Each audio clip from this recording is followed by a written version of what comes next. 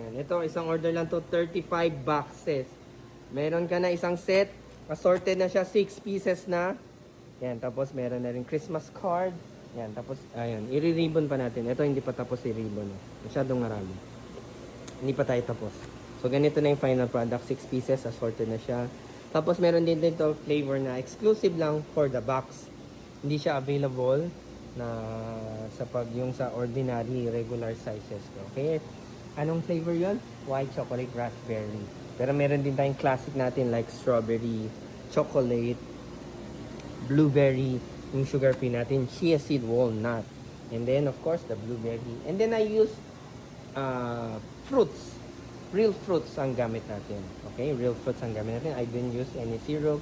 I don't use any jam. Yung iba nga pag kinakain nung isang araw lang, kinukwenta sa akin na, oh, inalalasan ako ng yung mga bobo pa. Kasi nga, real fruits ang gamit natin. Kasi blender lang natin. Hanggang sa maging puree siya, haluan natin ng filling. For example, for this one, cream cheese ang ilalagay natin. Kaya ano pang inaantay nyo? Punta na kayo sa bio, link, FB, IG, yan. May website din ako. Mag-order na kayo directly doon.